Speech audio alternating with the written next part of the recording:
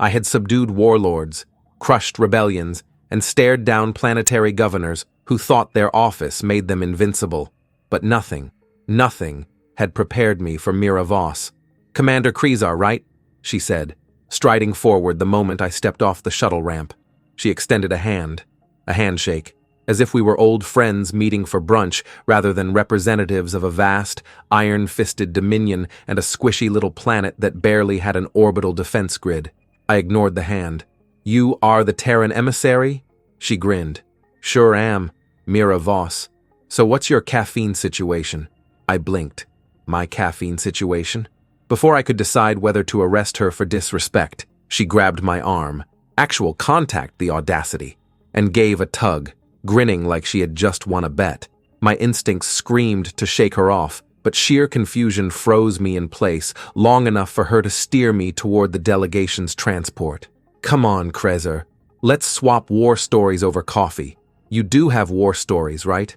I should have ripped my arm away, should have reminded her that I was here to intimidate her planet into compliance. Instead, I let myself be dragged along, too bewildered to resist. That was mistake number one.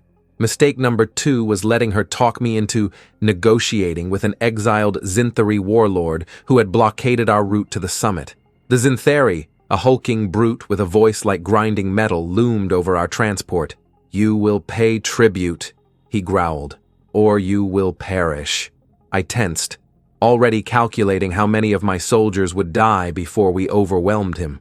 Mira, however, merely tilted her head. "How do you feel about chocolate?" The warlord squinted. "What is chocolate?" Mira grinned. "Your new favorite thing." 5 minutes later, we were sailing past the blockade, a very smug Mira in my peripheral vision. Apparently, the warlord had insisted on a taste test, and after one bite, he declared chocolate a treasure of the cosmos.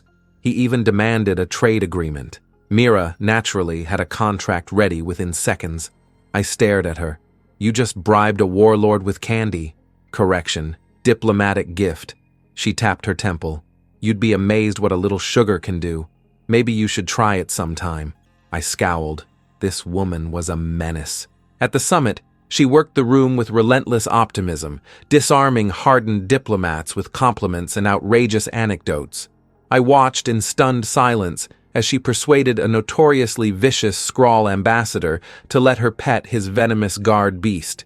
Because, and I quote, "Snickers is just a misunderstood murder floof." When the Skrull actually allowed it, my colleagues dubbed me the Terra Whisperer with barely concealed glee. "You're enjoying this," I muttered. "Of course I am," Mira said, scratching Snickers under the chin. "You're learning." I wasn't learning. I was losing. Control, dignity, the ability to predict what would come out of her mouth next. And yet somehow, against all logic, the deals we brokered together actually worked. Her relentless warmth and my sheer intimidation proved a shockingly effective combination. Then the sabotage hit. A rival faction staged an accidental breach, blaming Terra to justify annexation. The summit devolved into chaos, with officials calling for immediate military action. I braced for Mira to panic. Instead, she grabbed my wrist. "We go public." I stared at her. "What?" "We stream proof of our trade successes. Right now. Force transparency before they can bury the truth." It was reckless. It was brilliant. I made my decision. Standing before a dozen cameras, I, Commander Krezar, enforcer of the Dominion, presented the overwhelming trade benefits of an alliance with Terra, subtly weaving in just enough military pragmatism to make it politically unassailable.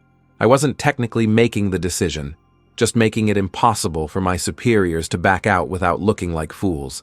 I dared my superiors to contradict me. They didn't. They couldn't. The people had seen too much. The sabotage unraveled. The annexation plan crumbled. Mira grinned at me, victorious. "Well?" she asked. I exhaled, knowing I had been utterly and irreversibly conquered. "I'll take my coffee with chocolate."